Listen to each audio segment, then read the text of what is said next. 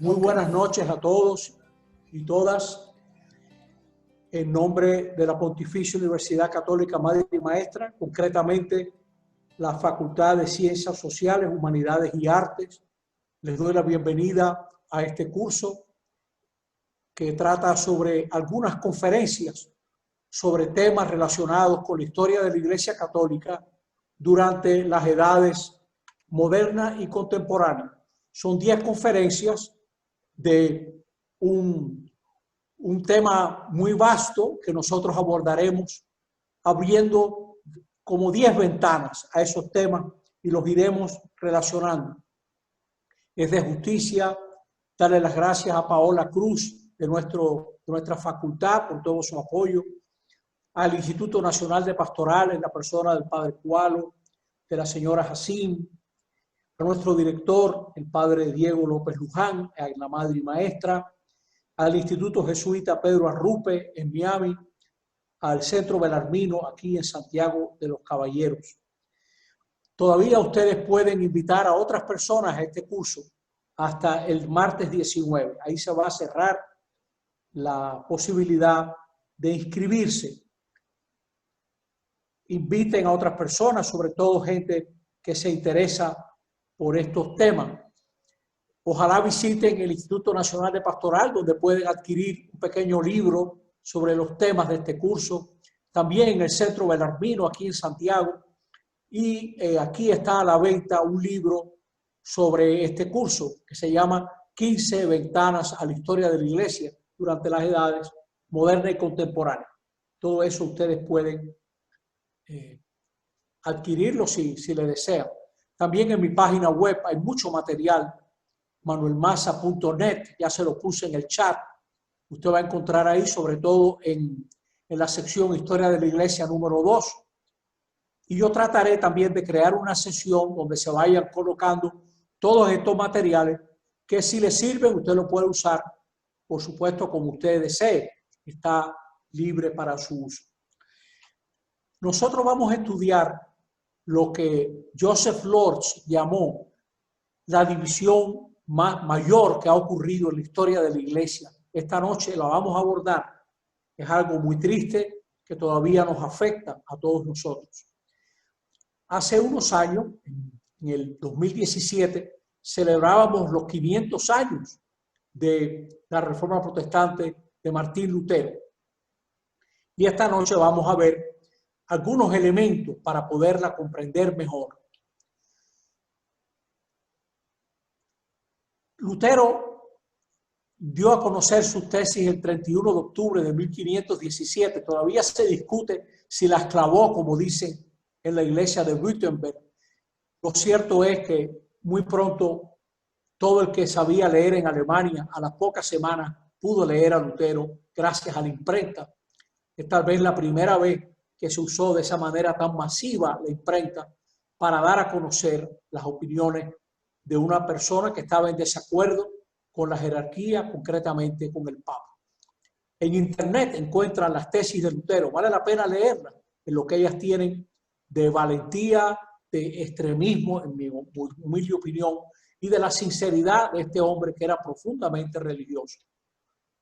Vamos a ver primero el contexto en el que ocurrió la Reforma Protestante. Ustedes saben que Lutero es un personaje del siglo XVI. Hay algo muy curioso en el siglo XVI. En el año 1536 murió Erasmo de Róterdam. En el 1546 murió Lutero. Y en el 1556 Ignacio de Loyola, fundador de los jesuitas. La Reforma Protestante ocurre durante el Renacimiento. Están renaciendo los clásicos grecolatinos. Esto tiene origen, el cultivo del griego, por ejemplo, tiene su origen en que muchos intelectuales de Constantinopla, dándose cuenta que tarde o temprano Constantinopla iba a caer en manos musulmanas, se trasladaron a Italia. Italia, a través del Mediterráneo, luego el Adriático, le queda muy cerca a los cristianos de Constantinopla. Y esta gente que manejaba el griego creó academias para enseñar griego y leer el griego. Y también hay un regreso al latín clásico. El latín estaba en manos de las escuelas, de las universidades, y era un latín lleno de barbarismos, de palabras que no existen en latín. Ese regreso a las fuentes de los clásicos fomentó también el deseo de volver a la fuente del cristianismo, que es una tendencia que se da muchas veces en la iglesia. Hoy en día, en muchos grupos católicos, se está dando ese deseo de regresar a lo que enseñó Jesucristo, a lo que enseñó el Cristo, volver a la pureza original del cristianismo. Y hay más gente leyendo los evangelios, las epístolas de Pablo, etcétera, leyendo el texto de las Sagradas Escrituras. Bueno, pues eso también estaba ocurriendo en el siglo XVI. Es el momento en el que surgen lo que se llaman las monarquías nacionales. Por ejemplo, Francia va creando una nueva relación con el papado, tratando de controlar los nombramientos. España va a usar la Inquisición para controlar los enemigos de la corona y los herejes. Ya en 1478, por gestiones de los reyes españoles, la Inquisición existe en España. Los reyes católicos, que son los responsables de la unidad española, España es de los primeros países de Europa que va a vivir una unidad política. Como saben, España era una colección de reinos hasta el matrimonio de Isabel y Fernando, pero ese matrimonio hará que las fuerzas combinadas de Castilla y Aragón puedan ir expulsando a los musulmanes. También los franceses lograron un concordato con el Papa León X, es decir, que los reyes de Francia podían nombrar y proponer a sus candidatos a todas las dignidades mayores.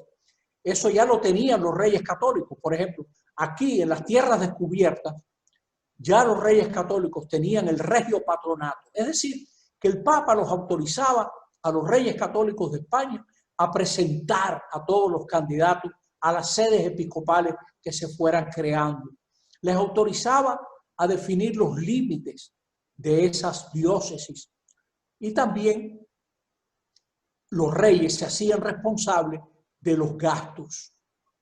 Durante el siglo XVI, XVII, XVIII, en el caso de Cuba, durante todo el siglo XIX, los reyes de España cubrieron los gastos, por ejemplo, de la iglesia en América.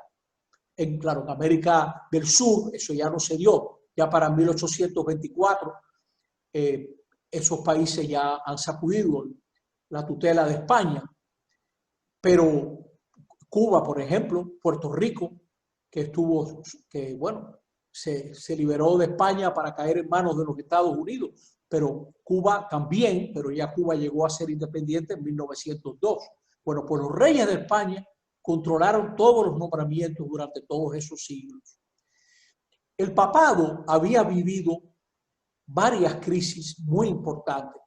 Esto no podemos entrar ahora en detalle, pero en internet, en mi página, por ejemplo, usted va a encontrar conferencias grabadas sobre estos temas y hay amplísimo material. Los papas tuvieron que residir en Francia durante una época en el siglo XIV, dada la inseguridad que se vivía en Italia. Y todavía peor, hubo un cisma en la Iglesia Católica en Occidente. Es decir, hubo un papa en Francia y otro en Roma. Y para complicar más las cosas, cuando quisieron resolver el problema, la Iglesia acabó en vez de 2 con 3 papas, cuando inicia el Concilio de Constanza en 1414. Ese concilio logra deponer a Juan XXIII, que ya hubo un Juan XXIII en aquella época que no cuenta en la sucesión papal, hubo un Benedicto XIII que tampoco cuenta y hubo un Gregorio XII que sí cuenta en la sucesión papal, era el Papa de Roma. Todos tuvieron que renunciar. Y uno pensaría que la iglesia iba a cambiar, que se iba a reformar. Ya había muchos cristianos, sobre todo los intelectuales, hombres todos ellos, y alguna que otra mujer, por ejemplo, Catalina de Siena, Santa Brígida, que pedían que la iglesia cambiase, que la iglesia se reformase. Vamos a recorrer esos papas desde los finales del Concilio de Constanza hasta entrado el siglo XVI. El primero que encontramos aquí en la lista es Martín V, el papa que nombró el Concilio de Constanza. Este hombre se dedicó sobre todo a limpiar Roma. Esta foto siempre me arrepiento de haberla puesto porque San Pedro fue construido bastante después. San Pedro, la Basílica de San Pedro es del siglo XVI, pero bueno, la gente identifica Roma. Constantinopla cae en 1453. Eso también fue para la iglesia un golpe durísimo.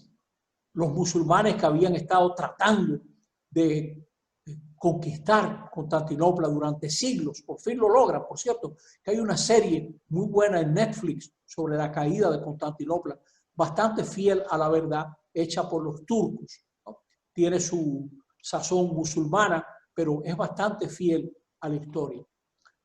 Después de Martín V tenemos a Eugenio IV, que todavía este hombre enfrentó un concilio rebelde.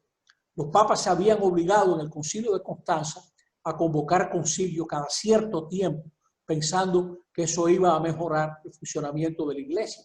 En realidad, el concilio de Basilea, se llama Basilea Ferrara Florencia porque se reunió en 3 lugares, se enfrentó al papa y todavía le nombró un antipapa, porque se disgustó tanto con Eugenio IV que lo depuso y le nombró un antipapa. Luego se arreglaron, el antipapa se sometió y Eugenio IV logró una unión con los griegos. Los griegos ortodoxos, que se habían separado de la iglesia en el 1054, tenían tanto miedo de los musulmanes que ya los tenían a las puertas. Fíjense en qué momento estamos en el 47, 1447. Pues ellos buscaron la unidad pensando que los latinos los iban a ayudar. La ayuda fue muy pobre y muy tardía.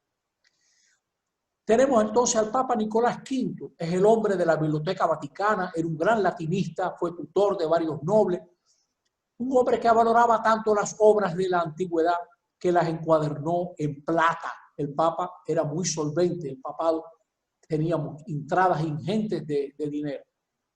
En este momento era tal vez la institución más solvente de Europa, como lo había sido antes en el siglo XIV. Pues Nicolás V tampoco reforma la iglesia. Le sucede Calixto III, un papa español, que lo que hace es crear cardenales a varios de sus sobrinos, muchos de ellos indignos, por ejemplo, Rodrigo de Borja, que llegaría a ser Alejandro VI.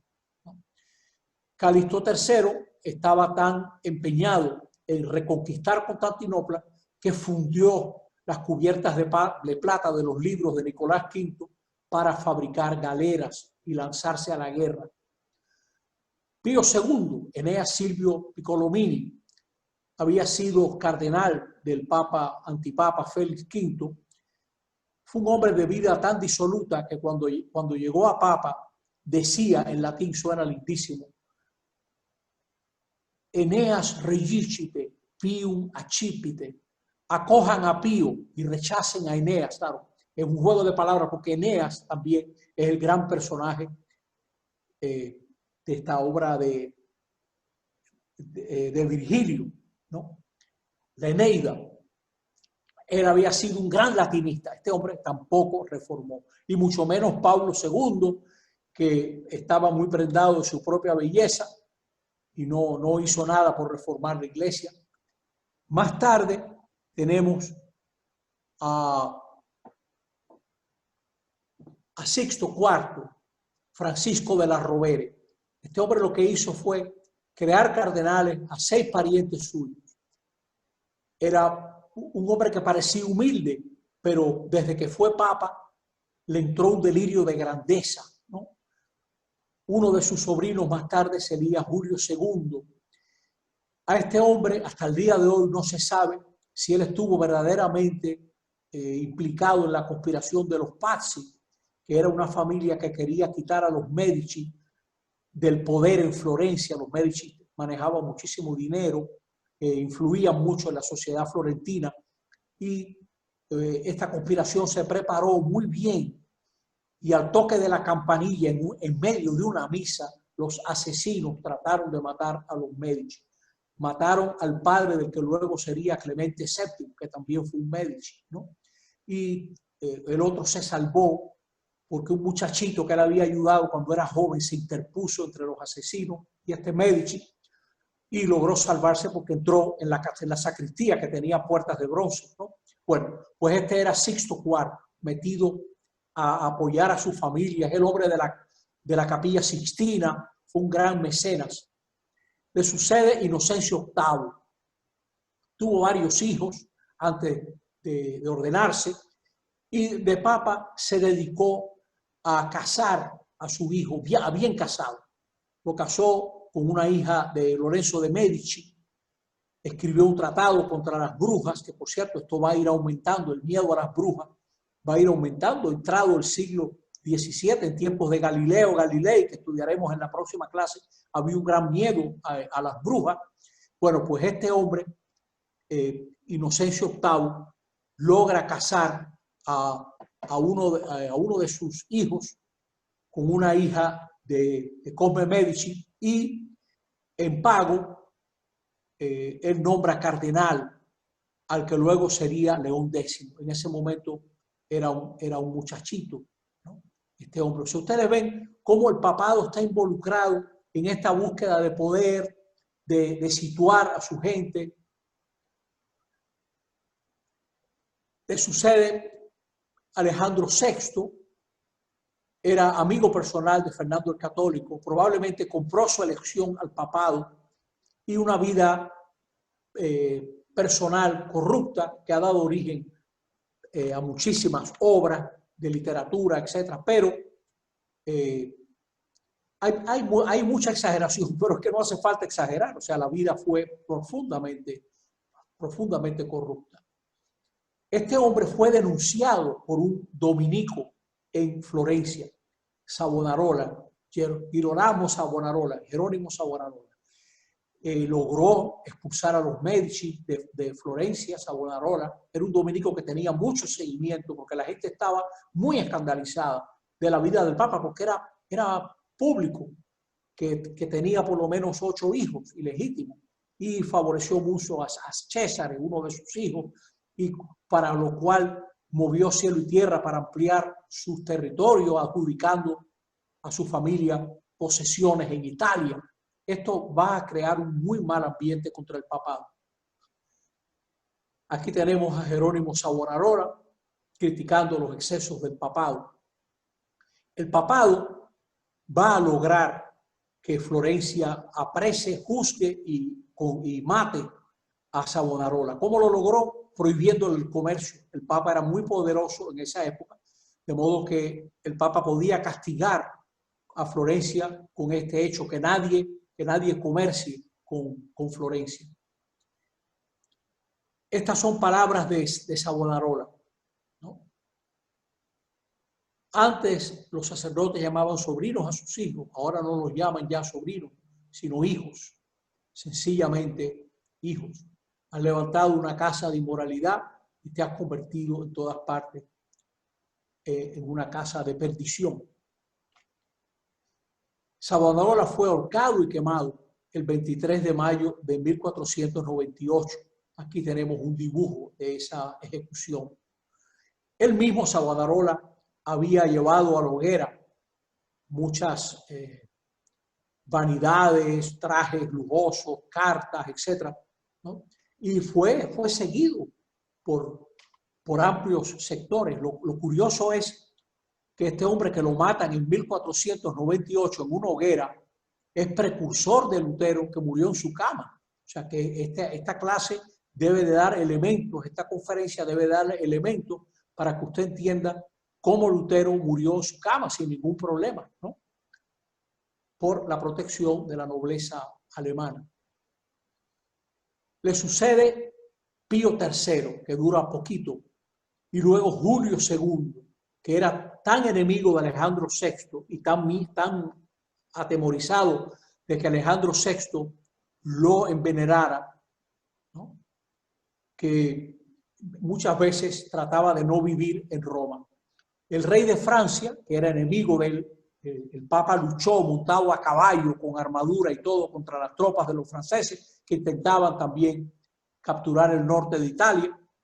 Pues los franceses eran tan enemigos de él que trataron de deponerlo en un concilio. Y el Papa le convoca otro concilio rival, el Quinto Concilio Laterano, 1512-1517, para enfrentar el concilio rival de Pisa. Ustedes se dan cuenta de esta desazón que hay en la iglesia, esta incomodidad que hay en la iglesia por todas estas gestos de ambición, proyectos ambiciosos de los papas, de situar a su familia, de ganar terreno. Y en estas guerras se usaban las censuras religiosas, se usaba el entredicho contra una ciudad, se usaba el excomulgar a una persona, había pronunciamientos de los papas, y el que pensaba un poco se daba cuenta que mucho de esto era movido por la ambición de un hombre dedicado a engrandecer el nombre y los intereses de su familia, ¿no?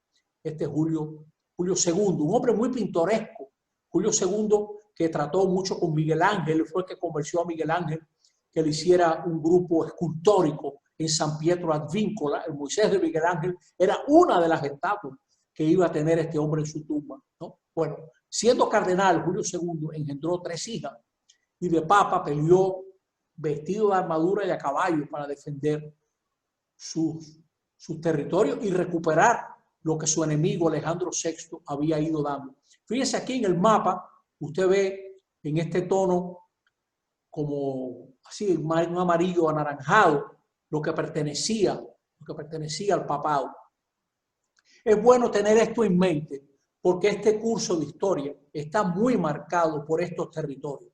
Estos territorios van a marcar la iglesia hasta 1929 muy directamente y dramáticamente el Papa los perdió en 1870. Nosotros vamos a dedicar en una de las conferencias, vamos a hablar de ese tema. Bueno, el papado era un territorio importante, los territorios pontificios dentro de Italia eran muy importantes y limitaba con otras potencias. Por ejemplo, por el norte el Papa era vecino del milanesado, que pertenecía a la corona de Habsburgo, pero también era ambicionado por el rey de Francia, por Francisco I, que se sentía con derecho. Y por el sur el Papa limitaba con Nápoles, y Nápoles pertenecía también a Carlos V por derechos sucesoriales. Yo creo que era de la corona de Aragón, o sea, su padre, Fernando el Católico, era rey de Aragón y Aragón controlaba Nápoles. O sea que el Papa tenía vecinos muy poderosos, ¿no? Bueno, aquí tenemos a Julio II, que él fue el hombre que quiso tener una basílica que no tuviera rival en la cristiandad y puso la primera piedra en 1506. Ahí lo vemos hablando con los oficiales encargados de esa futura construcción, la majestuosa Basílica de San Pedro, pero el Papa no tenía dinero para esa empresa, eso es importante, o no quería usar los recursos que él tenía, vamos a ponerlo así tampoco. Bueno, para que ustedes se den cuenta hasta dónde llegaba el nivel de indignación del catolicismo, había católicos serios como Erasmo de Róterdam, el mismo hijo de un sacerdote, hijo natural de un sacerdote. Erasmo de Róterdam lo criticó rudamente, ¿no? Él tiene una obra de teatro que durante mucho tiempo no se sabía de quién era. Hoy en día ya se han hecho estudios usando los ordenadores, la computadora, comparando el latín de esta obra, Julius Exclusus, Julio excluido del cielo. Ahí, no sé si ustedes logran ver la imagen, aquí está el Papa, la flechita lo está señalando, y aquí está San Pedro, que le habla por una ventanilla. El título de la obra le dice, Julio excluido, lector, aguanta la risa, porque es una obra de relajo completamente, es de morir, está traducida al castellano, y yo no sé si hasta está disponible gratis en internet. A mí unos amigos que fueron a España me trajeron mi ejemplar, que lo tengo en latín y en español. El latín de Erasmo es de los latines más clásicos que se ha escrito en el siglo XVI. Este hombre era un virtuoso del latín y del griego, pero sobre todo del latín. como lo fue Tomás Moro, también como lo fue Eneo Silvio Piccolomini. Bueno, pues aquí tenemos a Julio II, que San Pedro le abre la ventanita y dice, ¿y usted quién es? Dice, yo soy el Papa. Y San Pedro le dice, pero usted con armadura, con espada, con un grupo de soldados, usted es el Papa. Usted, pero yo huelo a bebida como si usted hubiera bebido, etc. Así empieza la obra y el Papa se queda fuera del cielo, escrita por un católico. Claro, no dio su nombre. Tenemos entonces a León X, un Medici, que es Papa en el momento tal vez más importante de esta conferencia. Fue Papa de 1513 a 1521. Este hombre llegó a tener unos 683 sirvientes, incluyendo, él tenía un elefante, había un hombre que lo cuidaba, ¿no? Y él tardó en condenar a Lutero para no quedar mal con Federico de Sajonia. Este es un elemento que usted debe tener en cuenta en esta conferencia. Uno se pregunta a veces, Lutero dio a conocer su pensamiento en 1517 y los papas van a tardar muchísimo en condenarlo. Concretamente, Lutero creo que es excomulgado en 1521. ¿Por qué tarda tanto? Porque León X no quiere disgustarse con Federico de Sajonia porque sabe que van a elegir emperador en Alemania y él no quiere que le den el voto a Carlos V. No le importa que Carlos V sea católico, prefiere al católico rey de Francia, fue Francisco I, porque Francisco I no tiene arte ni parte en Italia, pero Carlos V limitaba al norte, el Papa limitaba al norte con Carlos V y limitaba al sur con Carlos V. No quiere que Carlos V tenga más poder, ¿no? Bueno, pues ahí está. Lutero da a conocer sus tesis en 1517, octubre. Dice que era la víspera de Todos los Santos. Yo lo que he leído que me convence más es que Lutero quiso que su obispo y algunos dignatarios de la iglesia conocieran su pensamiento, ¿no? Vamos a enseguida a volver a eso. Aquí hay algunas fechas que nos pueden ayudar. 2 años más tarde, Carlos es proclamado emperador de Alemania, ya era rey de España. En el 21 es cuando se excomulga a Lutero y el año de la muerte de León X. En ese momento, la iglesia trata de nombrar a un hombre serio, papa, y nombran a un holandés. Es la última vez antes de Juan Pablo II que un no italiano va a ser papa. El próximo será Wojtyla, ¿no? En el 78, el año de los 3 papas.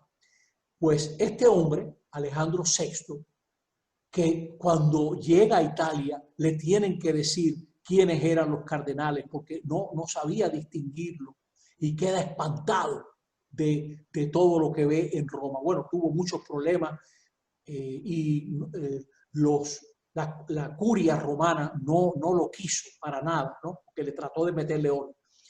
A este hombre le va a suceder Clemente VII, el primito hermano de León X, que normalmente si se hubiera averiguado bien, este hombre no se hubiera podido ordenar ni sacerdote, pero su primo le arregló el camino, ¿no?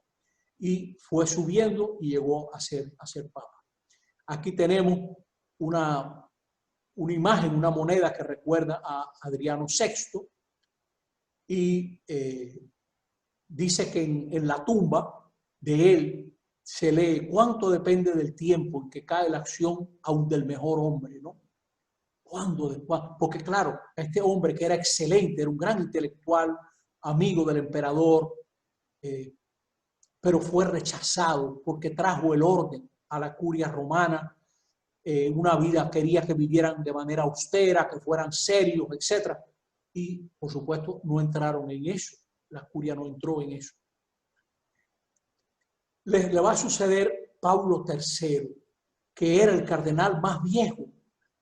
Le tenían un relajo, perdonen si estoy escandalizando a la gente. Una hermana de Paulo III había sido querida de Alejandro VI. Es así. Es así que yo no puedo ocultar la historia, queridos hijos. Tenemos que hablar la verdad hasta donde podamos entenderla. Y por eso este hombre fue subiendo, porque una hermana de él era querida del Papa Alejandro VI. A partir de 1513 ya había tenido varios hijos pero él ordena su vida. Este hombre, que era el cardenal más viejo cuando lo eligen papa, ahí llevaba ya una vida seria, ¿no? En ese momento, pero se ocupó de sus hijos y de sus nietos, ¿no? Nombró a dos de los nietos, los nombró cardenales, ¿no? Este fue el hombre que logró reunir Trento. Y ahora los que están siguiendo bien esta conferencia, ya usted se da cuenta de algo tremendo. Lutero da a conocer sus tesis en 1517 y la iglesia logra reunirse para darle respuesta en 1545. 1545. O sea que estamos a 28 años después que ya había corrido todas estas ideas de Martín Lutero, ¿no? El concilio tuvo 3 períodos, que esa es otra cosa. ¿Por qué no pudo continuar sus labores? Bueno, ahí está metida la política, ahí está metida la peste también, una epidemia, una pandemia, ¿no? En el norte de Italia. Bueno, vamos acercando a Lutero y ahora vamos a ver ¿qué influyó más sobre Lutero? Hay 2 grandes influencias. Una tendencia que se llama la devotio moderna. Fue un renacer de la espiritualidad católica en los siglos XIV, sí, en el siglo XIV sobre todo. ¿En qué se nota? ¿En qué se nota? Tienen un cristocentrismo práctico, o sea que se dan cuenta de que Cristo es el decisivo. Lo estamos meditando estos días en la carta a los hebreos, ¿no? Quería poner un orden en la vida espiritual, apreciaba la dirección espiritual, no valoraba las grandes especulaciones de las escuelas, de las universidades, busca el fervor, quiere leer la Biblia con seriedad y valora la interioridad, ¿no? No busca tanto las prácticas piadosas exteriores y las ceremonias elaboradas, no, sino una experiencia íntima del Cristo, una experiencia íntima de lo que era Jesús de Nazaret y lo que significa Jesús para la iglesia. Y Lutero también, y esto es más complicado explicarlo, tuvo profesores nominalistas. Si usted leyó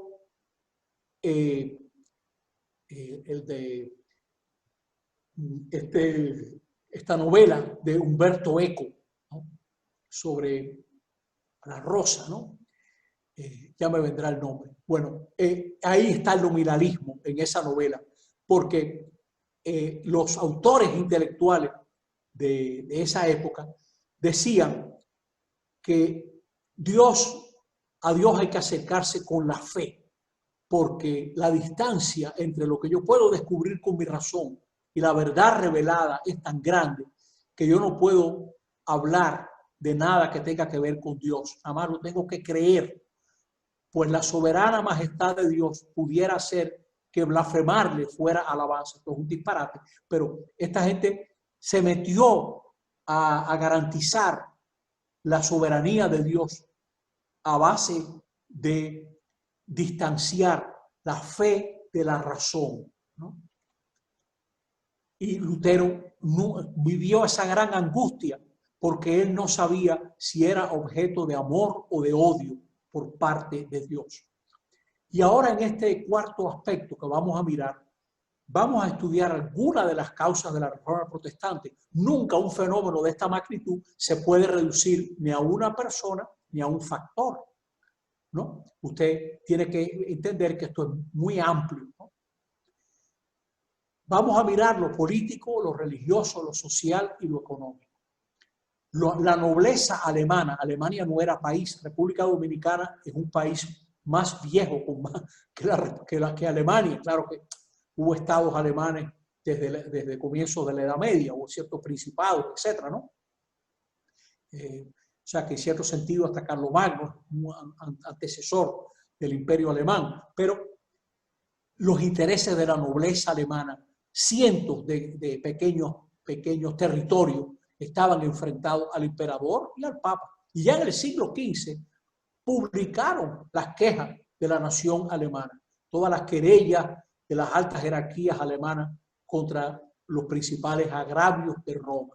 Cómo Roma tenía un monopolio sobre los cargos los impuestos excesivos de Roma, su interferencia en muchas de las elecciones episcopales, etc., ¿no? Se quejaban contra el Papa y contra el emperador, de los dos que venían. Del lado religioso, la reforma ocurre cuando hay un gran deseo de profundidad religiosa. Y en ese momento es que ven un papado corrupto, jerarcas y cleros escandalizan a todo el mundo, devociones muy ligeras. Por ejemplo, la gente se la cogió con la devoción a la reliquia de santo y mucha gente fabricaba reliquias falsas, por supuesto, ¿no? O promesas, peregrinaciones, etcétera, que no buscaban tanto la piedad interior. Si usted lee el Kempis, la imitación de Cristo, usted se dará cuenta, ahí tiene en sus manos, si toma el Kempis, usted tiene en sus manos un ejemplar de la devoción moderna que busca el encuéntrate con Cristo en tu interior. No estés preparando tantos viajes a Jerusalén, viaja a tu interior para encontrarte con Cristo, ¿no? En medio de todos esos excesos de papas, cardenales, obispos, de construcciones de lujo, etcétera, de impuestos, hay gente que quiere una vida interior más seria, ¿no? Y los burgueses también querían tener más libertad. La iglesia prohibía la usura o prohibía también el ganar interés a través del dinero, y hay gente que quiere sacudir esa tutela de la iglesia. Y tal vez más importante, muchos conventos, diócesis eran dueños de ingentes territorios y la nobleza alemana codiciaba esos territorios. Es la mayor de las mayores fuentes de riqueza en esa época, que el comercio se intensificaba, pero todavía el tener tierra era signo de nobleza. Eso se va a dar mucho en América, con los hispanos que emigren y los portugueses que emigren a América, van a buscar tierra y que la trabaje otro, por supuesto. Bueno, en medio de todo ese deseo de una vida más seria, se empieza a predicar las indulgencias. El obispo Alberto de Magdeburgo, que está endeudado con los Fugger, unos banqueros austríacos, hace un negocio donde entra el Papa, Alberto de Magdeburgo y los Fugger, ¿no?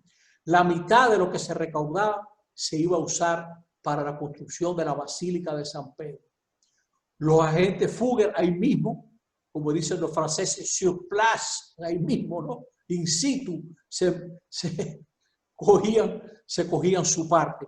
Y Tetzel, que era un propagandista terrible, llegó a predicar esto: tan pronto caiga la moneda a la cajuela, el alma del difunto al cielo vuela. Es decir, apoye de su limosna, ¿no? Y usted verá que esto va a tener un efecto en la otra vida. Lutero, que vivía angustiado si él se iba a salvar, si no, ve en esto al mismísimo demonio, ¿no? Porque están negociando con algo sagrado.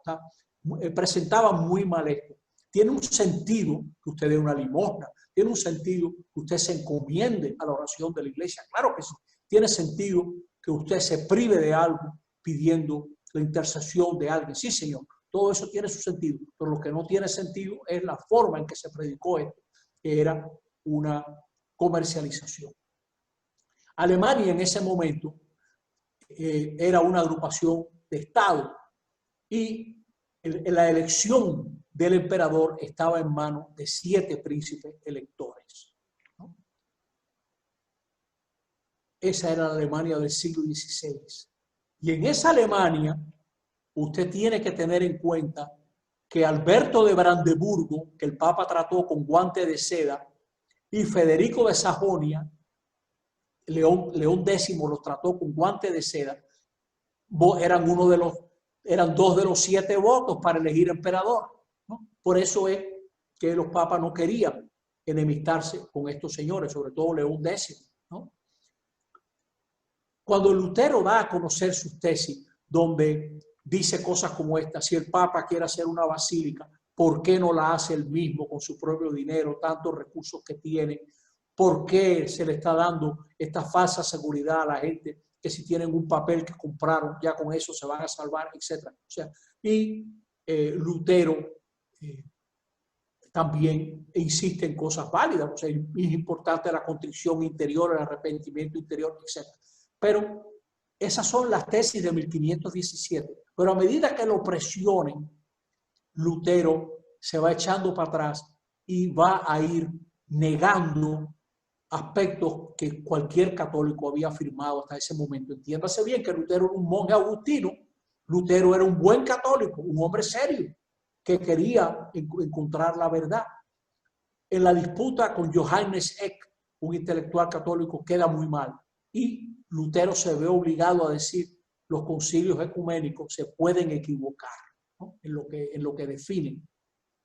Y ahora Lutero amplía su base. Estamos a 3 años de las tesis. Él se va a dirigir a la nobleza alemana para ganarse a los nobles alemanes que lo apoyen. Él va a hablar de lo mal que está el papado, de la cautividad babilónica, y luego va a hablar de la libertad del cristiano. Déjeme hablar de esta última que tal vez haga falta explicar un poquito.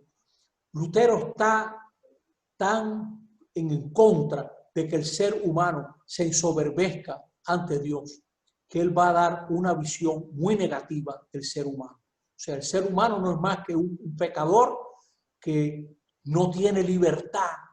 Porque si Dios no lo ayuda, él no puede hacer nada. Eso cualquier católico pudiera aceptar eso, que nos salvamos con la ayuda de Dios. Así es. Pero ve al hombre, el ser humano, como totalmente corrupto. Incluso la razón. Usted no va a llegar a decir que la razón es una prostituta, cosa que es un disparate. Pero está tan indignado contra tanto razonamiento que tienen una base dudosa que se va al otro extremo. Y aquí tenemos estas 3 obras, sobre todo a la nobleza alemana, le va a ganar mucha popularidad a Lutero. Lutero escribía muy bien y la imprenta ya funcionaba en esa época perfectamente. O sea que Lutero es conocido. Y a comienzos de 1521, Lutero es excomulgado. ¿De dónde parte Martín Lutero? ¿Cuál es su experiencia fundamental? ¿Cuáles son sus principales postulados, ¿no? respecto de la libertad humana y de la propia conciencia? Vamos a mirar eso. Lutero ha hecho una experiencia. Él vivía angustiado y encuentra en Romanos: el justo vive de la fe, confiando en Dios. Por la fe en Dios, el pecador, fíjese lo que él dice, es declarado justo, aunque siga siendo pecador. Esto tiene de interesante que Lutero descubre la misericordia de Dios. Esto tiene, en mi opinión, Dios me perdone, acuérdense que yo soy católico, yo creo que en esto se equivoca, porque no es que Dios declare. Es más, en la Sagrada Escritura, siempre que Dios dice algo, eso se realiza. Eso dijo Dios, sea la luz, y hubo luz. Si Dios dice que tú eres justo, tú eres justo. No es que te declare y siga siendo pecador, porque eso sería negar la palabra de Dios, ¿no? Pero bueno, Lutero trata de salvar la soberanía de Dios y la salva a costa del ser humano. La salva haciendo del ser humano alguien que se condena sin remedio, ¿no? Y es ahí que Lutero se siente tan indignado con esta gente que con un papel ya se van a salvar, o con un hueso de un santo o lo que sea. O sea, Lutero está rechazando muchas exageraciones de gente que pone su fe donde no hay que poner la fe. Creer solo se puede en Dios, y en Dios solo se puede creer, ¿no? Usted no puede negociar con Dios, ¿no?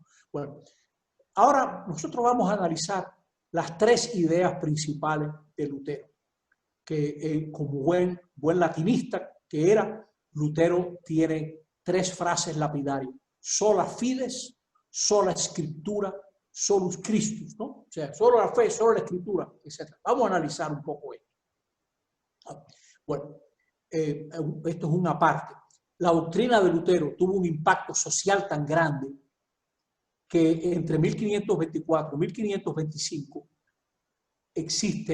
se da en Alemania, los territorios alemanes, la revuelta mayor antes de la Revolución Francesa. La Revolución Francesa es de 1789. Bueno, pues hasta ese momento no hubo nada parecido. Miles de campesinos tomaron las armas, motivados por una lectura literal de la Biblia, donde se daban cuenta de la miseria en la que ellos vivían y cómo los bienes de la tierra eran de todos, ¿no? Y tenían buen liderazgo, ¿no? Bueno, Lutero decía que la libertad del ser humano está cautiva. Tiene una obra que se llama De Servo Arbitrio. Yo quiero leerle estas líneas de Lutero a Erasmo de Rotterdam, que era un gran enemigo de él. Alabo y proclamo vehementemente eso de ti. Eres el único, le dice Erasmo, que ha atacado la cosa misma, el punto capital de la cuestión, y no te has fatigado con aquellas cuestiones extrañas acerca del papado, del purgatorio. Lutero no le daba tanta importancia a eso, ¿no? Esas minucias, ¿no? Solo tú has visto el fondo de las cosas y has atacado la garganta misma. Por eso de corazón te doy gracias, ¿no? ¿Por qué le daba gracias? Porque Erasmo decía, no es verdad que nosotros no tenemos nada de libertad. Eso no es verdad. Con la gracia de Dios podemos actuar, ¿no? Podemos hacer cosas, ¿no? Piense usted esto. Si el hombre la libertad fuera cautiva sin remedio, ¿qué sentido tiene entonces contar parábolas para que el hombre y la mujer se decidan por el reino, ¿no? O sea que existe una beta, existe algo bueno en el hombre capaz de decidir y de actuar con la gracia de Dios, ¿no? Lutero es citado ante el emperador el 18 de abril de 1521. Esto es tal vez de las páginas más hermosas de la vida de Lutero, donde él, bueno, ya le habían prometido que no le iba a pasar nada. Lutero tenía mucho miedo porque en el concilio de Constanza, en 1414, 1415, etc., cuando juzgaron a Juan Mus, un sacerdote ejemplar de lo que es hoy en día Checoslovaquia, Juan Mus tenía un salvoconducto y no se lo respetaron. Lo quemaron con todo y salvoconducto. Entonces, Lutero tenía mucho miedo de presentarse en la dieta, pero Carlos V le aseguró a los nobles que lo protegían que no le iba a pasar nada. Pero así todo, Lutero fue muy valiente, porque dijo, a menos que se me convenza por testimonio de la Escritura o por razones evidentes, puesto que no creo en el Papa ni en los concilios, ya que está claro que se han equivocado, dice él, y se han contradicho entre ellos mismos. Estoy encadenado por los textos escriturísticos que he citado y mi conciencia es una cautiva de la palabra de Dios. No puedo ni quiero retractarme en nada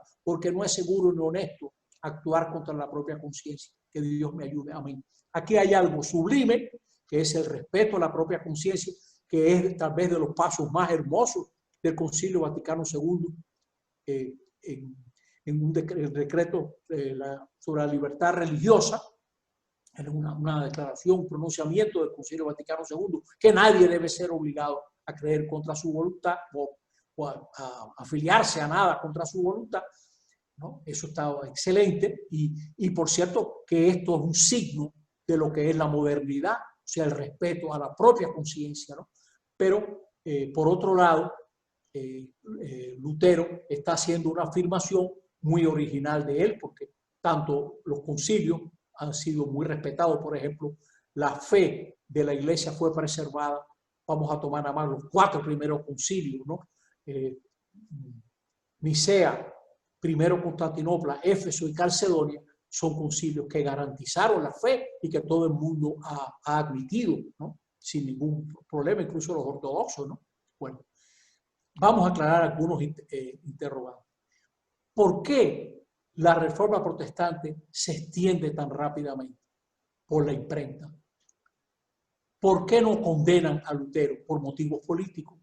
El Papa León X no quiere disgustarse con el elector Federico de Sajonia, ¿no? Y tenía aspiraciones, ¿no? El Papa estaba amenazado también. En un momento dado hubo una conspiración contra León X, ¿no? Y mató a los conspiradores y de paso nombró a 31 cardenal nuevos, ¿no? Muchos de ellos no servían. Bueno, mucha gente pedía el concilio, un concilio cristiano, ¿no? Que donde estuvieran los protestantes, libre, que no estuviera controlado por el Papa, en tierra alemana, ¿no?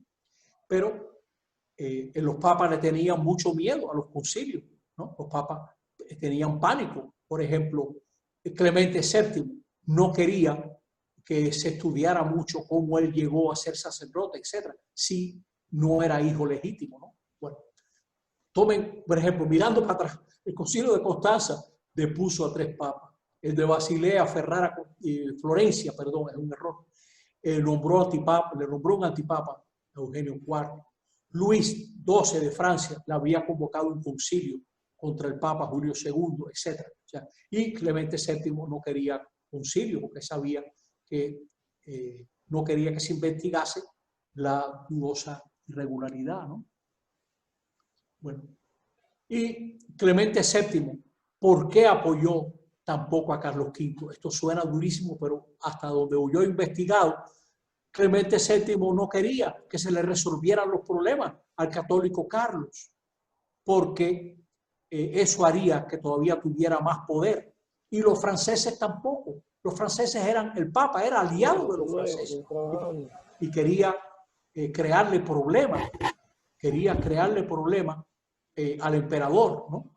Y estando las tropas de Carlos V en el norte de Italia, no le habían pagado a las tropas, hay un momento que esas tropas se dirigen al sur y asaltan Roma en 1527. Yo pensaba en estos días, hemos visto los sucesos del 6 de enero de este año, donde una muchedumbre ataca el Capitolio de los Estados Unidos, ¿no? Miren, parece una gran cosa, es una gran cosa sin duda, ¿no? Por todo lo que representa y lo que hay de violencia y de manipulación en todo eso que ha ocurrido. Pero piensen en esto, esta gente eran tropas de un rey católico, muchos de ellos eran protestantes, eran luteranos, pero trabajaban, eran mercenarios de un rey católico. Y estando en Roma, asaltan Roma. Y el Papa Clemente se salvó. Yo pensaba, este joven policía que muere tratando de impedir que las turbas entren en las salas de los representantes de los senadores, ¿no? Bueno, la Guardia Suiza se enfrentó a un ejército de miles de hombres y de 189 se salvaron 47, pero gracias a eso el Papa se pudo escapar por un pasadizo que hay entre San Pedro y Castel Sant'Angelo, este castillo, que no es fácil entrar en él, como usted puede ver, y desde ahí miraba el Papa cómo saquearon Roma en 1527 las tropas de Carlos V. Después se reconciliaron y Carlos, que ya era rey de España, etc., el Papa lo va a coronar en Bolonia en 1530, a 3 años después del saqueo. Es la última vez que un Papa ha coronado a un emperador del Sacro Imperio Romano Germánico. Carlos tuvo que vérsela con los temores de los papas, León X, Clemente VII, Pablo III, las intrigas y guerras de Francisco I de Francia, la revuelta de los comuneros de Castilla, una liga protestante contra él, los turcos que amenazaban. Y hoy en día se sabe que Francisco I le daba dinero al sultán para que le creara problemas al emperador, para que usted vea hasta dónde llega la política, ¿no? Bueno, y estos eran, estamos viendo, la Europa del siglo XVI. Fíjense por qué en verde usted ve los territorios del Papa. Ya el Papa tenía a Carlos en el reino de Nápoles y, por supuesto, no lo quería en Milán, porque entonces el Papa que estaría entre los dos, ¿no? Estaría ahí cogido entre los dos. Carlos era emperador del imperio romano germánico, tenía derecho, por supuesto, a las tierras de Hungría, de Austria y de Hungría, era también por derecho de los Países Bajos, Flandes, la herencia borgoñona que llamaba él, y Aragón y Castilla y Aragón. Aquí se ve en este mapa, todavía se ve más claro, ¿no? En rojo, la herencia de Isabel de Castilla. En anaranjado, de su padre, Fernando de Aragón.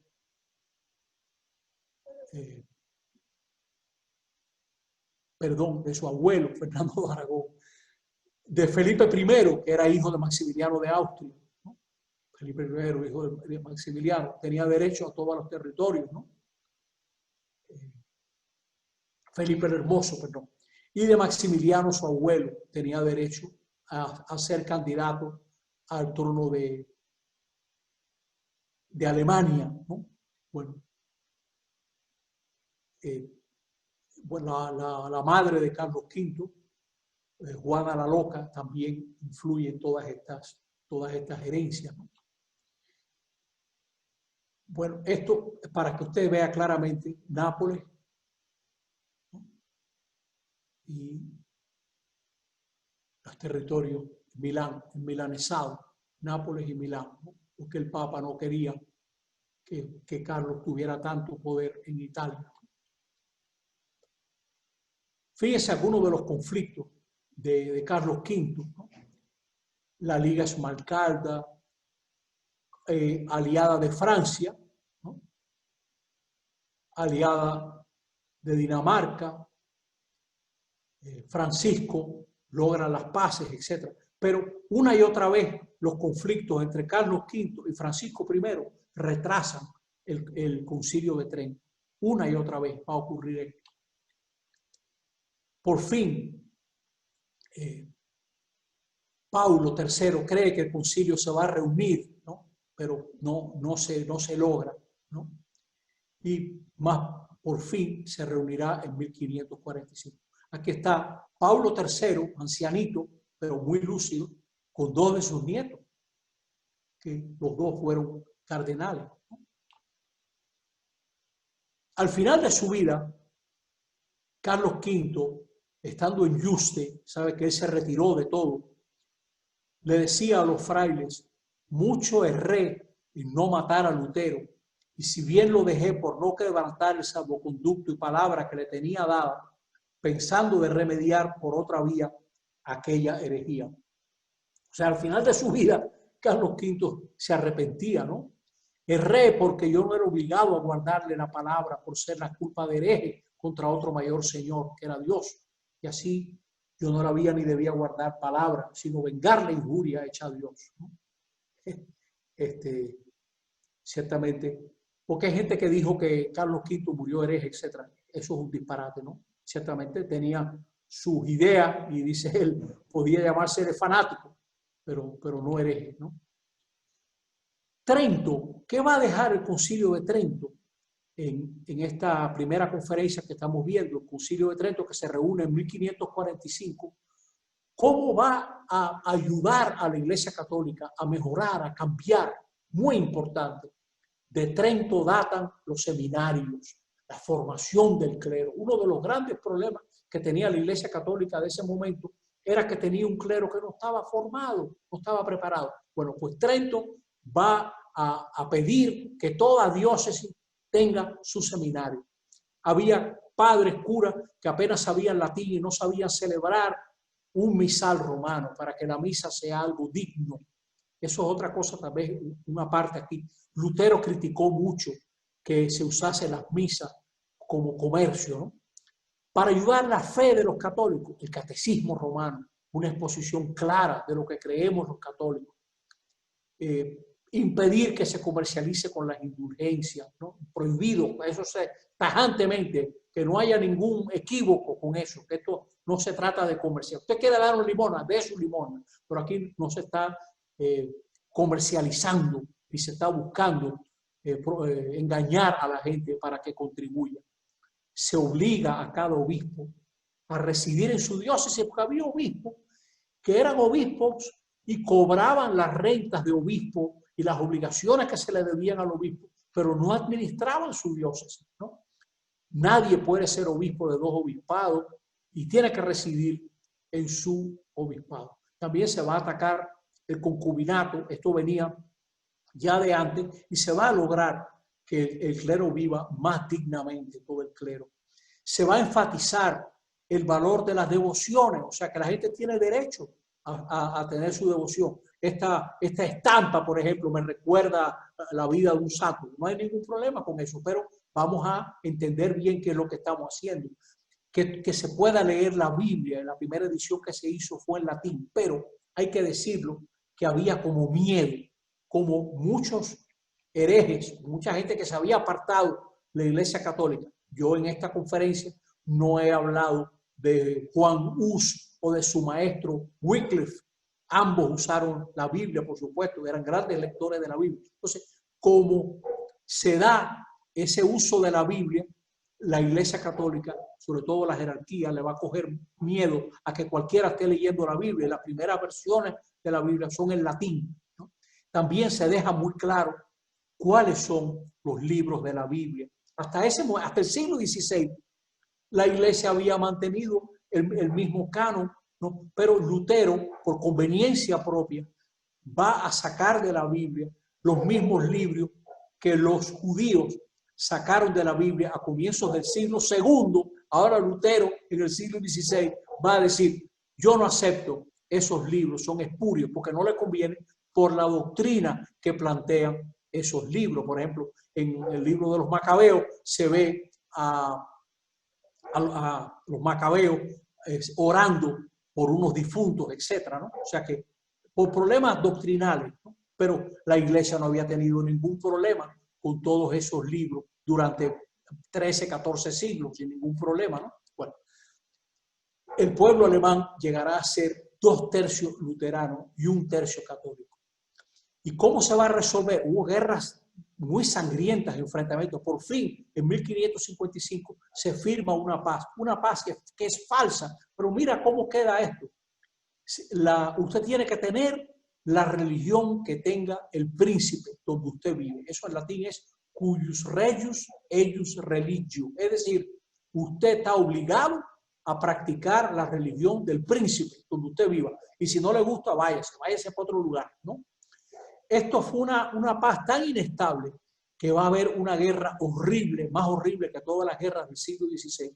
Esta ahora en el siglo XVII, la guerra de los 30 años que enfrenta a católicos y luteranos.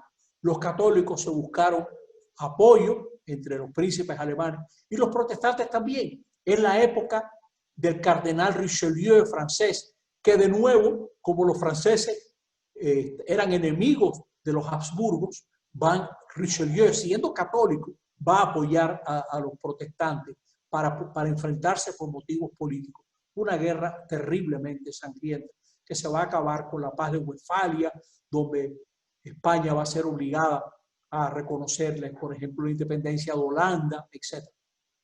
Todavía en el siglo XIX, Otto von Bismarck pensará que el verdadero alemán es luterano y le hizo la guerra al catolicismo en un movimiento que se llama el Kulturkampf, o sea, la guerra de la cultura, por la verdadera cultura alemana, que para él era el luteranismo.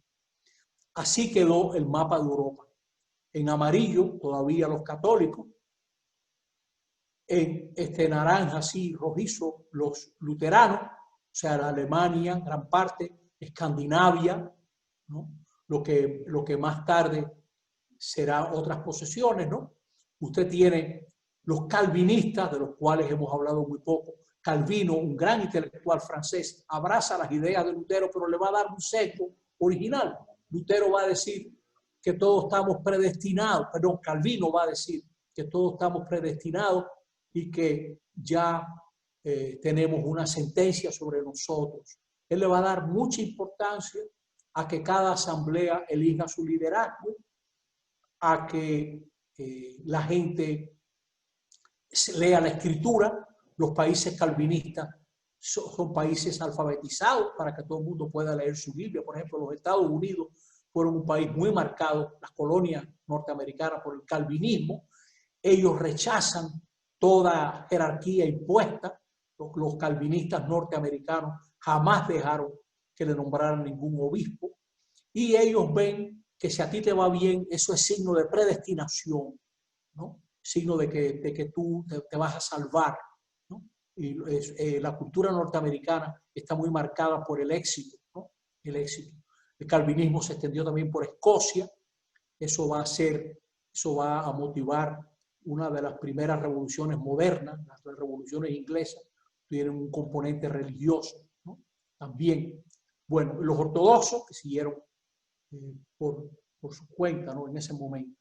una Europa dividida, una Europa dividida. El cristianismo dividido hasta el día de hoy.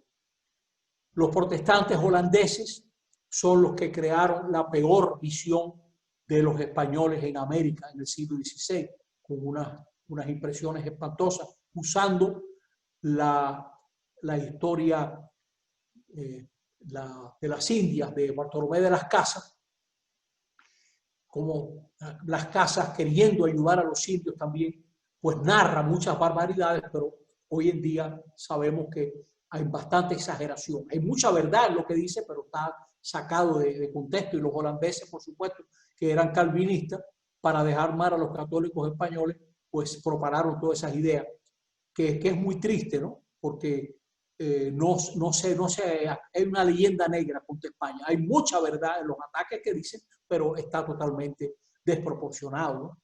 Y los católicos franceses son los causantes de la masacre de San Bartolomé, donde mataron muchos protestantes en 1572, perdonen el error. Y en nombre del calvinismo, gente como Francis Drake tuvo caballos en la catedral de Santo Domingo, y para vengarse, Felipe II armó la Armada Invencible. Fíjense cómo estos asuntos religiosos nos tocan a nosotros tan de cerca, ¿no? En Inglaterra, todos los años se celebra que la conspiración de la pólvora fracasó, y hasta el día de hoy no se sabe si fue real o fue mentira, ¿no? Es cierto que el Parlamento estaba lleno de pólvora, el sótano, ¿no? Bueno, o la histeria antiprotestante que hubo aquí cuando las devastaciones de Osorio, porque aparecieron unas Biblias en el norte de la Española y se obligó a mudarse a todo el mundo para que no tuvieran contacto con esos herejes. Eso marcó la historia de este país. O la histeria anticatólica. Los católicos podrán ser electos al Parlamento inglés solamente en 1829, ¿no? Y en Estados Unidos hubo un gran odio del catolicismo, sobre todo cuando empezaron las migraciones de los años 1830. Hay un colegio de las hermanas Ursulinas que lo quemaron, protestantes, ¿no? Porque pensaban que eso era lo peor que podía pasarle a los Estados Unidos. La religión legitimó los designios imperialistas tanto de Inglaterra como de los hispanos franceses, y eso trajo intolerancia, prejuicio, ignorancia. Los libros de texto en Estados Unidos, todo lo que es español, lo presentan malísimo, y viceversa, ¿no? Los libros de textos nuestros muchas veces han ignorado la grandeza de muchos protestantes, ¿no? Hay gente que mira nuestros países desde países desarrollados protestantes con compasión. Yo me asombraba en Estados Unidos encontrarme gente que consideraba que República Dominicana, que ya tenía catedral en 1541, era un mission, ¿no? Era un país, una misión, ¿no? Eso hay que ser muy ignorante para pensar eso, ¿no? Y lo mismo, en la historia universal, yo me he encontrado con muy poca gente conoce la labor de los dominicos en América y en España. Francisco de Vitoria, que nunca cruzó el Océano Atlántico, fue un hombre que se atrevió a hacer lo que nadie hizo ni en Inglaterra ni en Francia. Este hombre cuestionó lo que España, su país, su reino, estaba haciendo en América. Este es uno de los fundadores del derecho internacional. Hasta el día de hoy la gente ignora a este gigante que fue Francisco de Vitoria, ¿no? ¿Qué se puede decir de las ideas de Lutero en la cultura? Lutero va a tener una visión sacralizada del príncipe, ¿no? O sea, Lutero niega al Papa, pero hace del príncipe un Papa, en realidad, ¿no? Es el Estado quien elige la religión, ¿no? Y aparece como salvador de la Iglesia. Lutero le da mucha vara alta, mucha vigencia a los príncipes. Lutero era un crítico, ¿no? Dice, desde el principio del mundo, un príncipe inteligente es de verdad rara avis, y un príncipe bueno, más raro todavía. Oigan esto, por lo general, los gobernantes son los mayores locos y los canallas más grandes de la tierra. Sin embargo, su existencia y su actuación están de todo caso justificadas, porque con ellos se cree y se establece el orden, ese bien supremo que permite a los verdaderos cristianos dedicarse a la vida interior. O sea que por eso Lutero justificaba a los príncipes, ¿no? Es decir, los príncipes hacen posible el único bien que existe para nosotros, que es que la palabra de Dios se difunda, ¿no? Bueno, Lutero también tenía una visión negativa de la naturaleza humana. A Lutero se le fue la mano, en mi opinión, acuérdense que yo soy católico. O sea, a mí me parece que Lutero exageró la visión negativa. Y entonces eso va a provocar en Alemania, en Inglaterra, en Francia, que haya gente en el siglo XVIII que diga que no, el ser humano es bueno por naturaleza, no tiene ninguna tendencia mala, se van a ir al otro extremo con la ilustración, que también es otro disparate, porque tan peligroso es una gente que se cree todo malo, como todavía más peligroso, yo creo, uno que se crea todo bueno, ¿no? Pero eso va a ser un impacto muy grande de Lutero en la cultura europea, ¿no?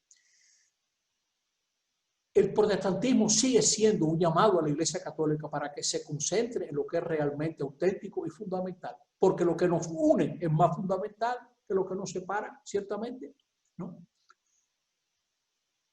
Decía el cardenal Willebrand en la Federación Luterana de 1983, ¿quién podrá negar hoy que Martín Lutero es una personalidad profundamente religiosa que ha buscado honestamente y con abnegación el mensaje del Evangelio? Conservó cuanto consideraba válido de la fe católica antigua. El Vaticano II acogió varias exigencias expresadas por él, entre otros. Gracias a estas exigencias aceptadas, aspectos de la fe cristiana y de la vida cristiana se expresa mejor actualmente que antes. Por ejemplo, Lutero estaba obsesionado con que la gente leyera la Escritura. Sí, señor, hay que tener buenas traducciones. Lutero quería que se celebrase en la lengua de la gente. También, pues, muy importante, ¿no? Son aspectos sin duda positivos, ¿no? Bueno,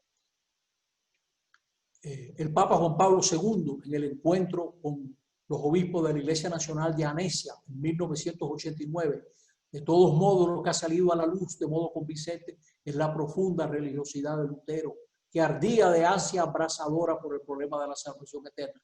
Esto es el Papa Juan Pablo II, o sea que se reconoce que este hombre tenía su vida interior, ¿no? Y hay un acuerdo con las iglesias luteranas desde 1999. Hay un consenso respecto de la doctrina de la justificación. Esta es la palabra clave. Confesamos juntos que no sobre la base de nuestros méritos, sino solo por medio de la gracia y en la fe y la obra salvífica de Cristo, somos aceptados por Dios y recibimos el Espíritu Santo que renueva nuestros corazones, nos habilita y nos llama a realizar las buenas obras. Ahí hay un equilibrio que no tuvo Lutero y no tuvieron los que condenaron a Lutero tampoco, ¿no? Si mirásemos así globalmente, ahora ya llegando al final de esta conferencia, ¿cuáles fueron de los mayores logros? La centralidad de la Biblia, la gratuidad de la gracia, la respuesta de la fe, el respeto a la propia conciencia. Y de las limitaciones, le da demasiada vara alta por motivos políticos al rey, al príncipe, sospecha de la razón creada por Dios, ¿no? Iluminada por la gracia. Tiene una tendencia individualista. Yo recuerdo los escritos del protestante luterano Dietrich Bonhoeffer cuando estuvo en Barcelona, cómo se entusiasmaba con las comunidades católicas, ¿no? Tendencia a la interpretación literal de la Escritura, sin duda, ¿no? Esto va a traer muchos problemas, lo veremos en la próxima conferencia. Y del lado católico se va a dar mucho el miedo a la lectura de la Biblia en lengua propia, miedo a la opinión de la comunidad reunida, a la conciencia. Se ha sobredimensionado el aspecto de autoridad en la iglesia, del obispo, del cura, etc. Y los laicos muy sometidos, un poco infantil, ¿no? Se ha sobredimensionado la fe, ¿no? Pero no tanto la confianza en la persona. Los católicos hemos caído muchas veces en sacramentalismos. En lugar de evangelizar más, nos hemos quedado en celebrar ceremonias, etc. Nos hace falta el formar, como han insistido tanto nuestros obispos, los planes nacional de pastoral. Y usted que está oyendo esto, ojalá usted participe en su parroquia de los programas de formación, ¿no? Pues, ¿qué oportunidades y puertas se abrieron? El estudio de la historia. Como hubo tanto debate entre los católicos y los protestantes, se fue a estudiar más la historia. Los padres de la iglesia, los concilios. cómo se ha entendido la Sagrada Escritura, cuál es la verdad de la Escritura, cómo entender la inspiración, ¿no? Cuál fue la historia del celibato en Occidente, etc. Y cómo convivieron en paz diversas tradiciones en el pasado de la Iglesia. Son aspectos que se abrieron gracias a todo esto que estamos estudiando en el día de hoy. Y es importante, y con esto voy concluyendo, es necesario que los católicos con gozo reconozcan y aprecien su valor los tesoros verdaderamente cristianos que proceden del patrimonio común, se encuentran en nuestros hermanos separados o protestantes. Es justo y saludable reconocer la riqueza de Cristo y las virtudes en la vida de quienes dan testimonio de Cristo, y a veces hasta el derramamiento de sangre, porque Dios es siempre admirable y digno de admiración en sus obras. Amigos, estoy citando Unitatis Redintegratio, que es un decreto del Vaticano II, en el número 4. Y yo creo que ahora que estamos llegando así al final, es bueno que usted piense ahora en este momento. Esta vuelta a la Escritura va a crear, tanto en católicos como protestantes, una mala comprensión de la Biblia, porque mucha gente se va a quedar en la letra de la Escritura. Y tanta importancia le van a dar a la letra de la Biblia, que si la Biblia dice que la tierra no se mueve y es el sol el que gira alrededor de la tierra, como pareciera indicar nuestra experiencia de los sentidos, parece que el sol sale por un lado y se va por el otro, pues ese es el que se mueve. Muchos católicos y muchos protestantes no van a aceptar cuando los científicos empiecen a decir, señores, la tierra se mueve. Y cuando empiecen a decir, la tierra no es el centro del universo conocido. Y cuando empiecen a decir, nosotros no somos más que un sistemita pequeño que gira alrededor del sol y el universo es mucho más de lo que nosotros conocemos. Cuando haya científicos que abran todo ese horizonte, habrá católicos y por supuesto todavía más protestantes al principio que digan eso no es verdad porque la Biblia me está diciendo aquí que la tierra no se mueve, como varias veces dice la Biblia. Y entonces, ¿cómo entender esto? ¿Cuál es la verdad de la Escritura? Resumiendo, para no dejarlo en el aire, claramente la Biblia, como decía Galileo, me dice cómo yo voy al cielo, pero no se mete a decirme cómo funcionan los cielos. Ese no es el propósito. Galileo era católico, tenía una hija monja. O sea, no, la próxima conferencia que nosotros tendremos aquí a través de este mismo programa, vamos a abordar entonces la Iglesia Católica y la Revolución Científica.